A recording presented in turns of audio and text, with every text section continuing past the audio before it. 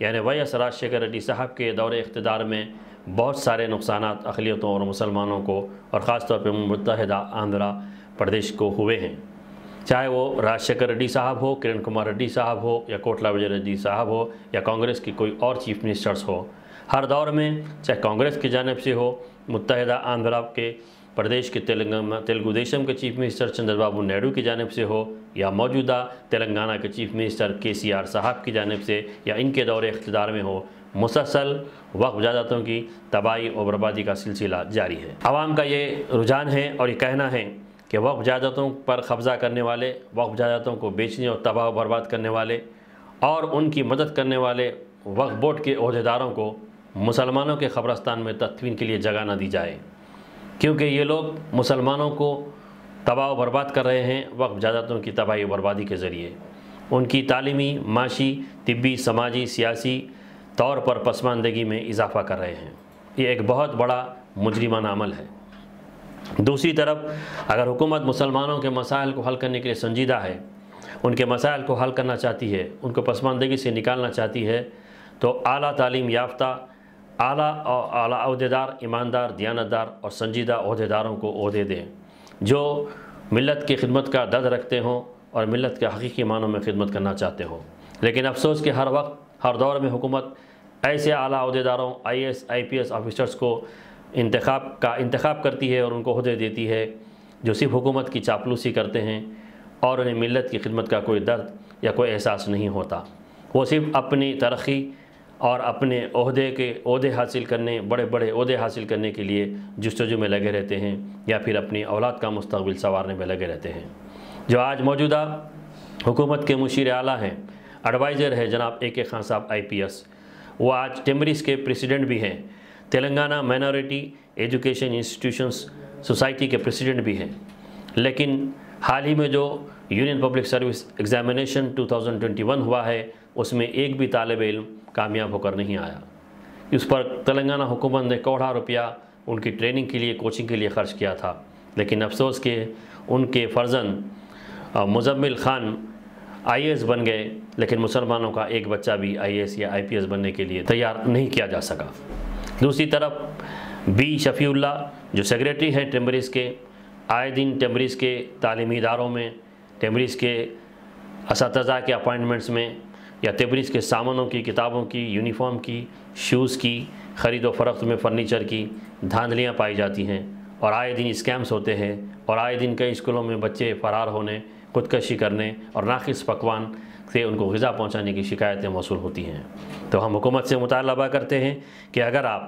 مسلمانوں کے اقلیتوں کے مسائل کو حل کرنے کے لیے سنجیدہ ہیں تو سنجیدہ، ایماندار، دیانتدار، اعلیٰ عہدیدار آفیسروں کا انتخاب کریں تاکہ مسلمانوں اور اقلیتوں کے مسائل کو حل کر سکیں۔ خاص طور پہ جتنے بھی چیئرمین رہے ہیں وقف بورڈ کے اور موجودہ جو چیئرمین ہیں، ان لوگوں کو جاہل، نااہل اور ناکارہ اور ناتجربے کار لوگ ہیں جن کا ملت اسلامیہ سے کوئی تعلق نہیں ہے، جن کا نہ کوئی تعلیمی بیک گراؤنڈ ہے، نہ سیاسی مستقبل ہے، ایسے لوگوں کو لا کر فائز کر دیا جا رہا ہے جو موضوع مذاق بنے ہوئے ہیں۔ ان کے علاوہ جتنے بھی CEOs گزرے ہیں، چاہے وہ مرزا حسن اللہ بیگ ہو یا شیخ مدار ہو یا M.A. حمید ہو یا M.A. غفار ہو، ان سب لوگوں پر الزامات ہیں، ان سب کو مشکوک نگاہوں سے دیکھا جاتا ہے، اور ان کے دور میں بہت ساری وقف جائیدادیں تباہ ہوئی ہیں اور فیک NOCs جاری کیے گئے ہیں، اور متولیوں کے انتخابات میں اور دیگر اوقاف جائیداد کے تحفظ میں، ان کے باؤنڈری والز بنانے میں، تعمیری کاموں میں کافی اسکیمز پائے گئے ہیں۔ تو ہم یقیناً حکومت سے امید کرتے ہیں کہ اور ان کے چیف منسٹر کے چندر شیکھر راؤ صاحب کے اعلان کا خیر مقدم پھر سے ایک بار کرتے ہیں، اور امید کرتے ہیں کہ وہ ضرور CBCID انکوائری کروائیں اور اوقافی جائیدادوں کا تحفظ کریں تاکہ مستقبل کے اندر اوقافی جائیدادیں تباہ ہونے سے بچی رہیں۔ وقف جائیدادوں کی تحفظ اور وقف جائیدادوں سے مسلمانوں کو فائدہ ہونا چاہیے۔ جہاں وقف جائیداد کے ہونے والی آمدنی سے زندوں کو تو دور کی بات ہے، مردوں کو بھی کوئی فائدہ نہیں ہو رہا ہے۔ آپ جانتے ہیں کہ آئے دن قبرستانوں کے اندر تدفین کے لیے سجادہ نشین، متولیان اور مجاوروں کی غنڈہ گردی جاری ہے۔ خاص طور پہ لاک ڈاؤن کے درمیان بھی مسلمانوں کو تدفین کے لیے قبرستانوں میں، درگاہوں میں جگہ نہیں دی گئی۔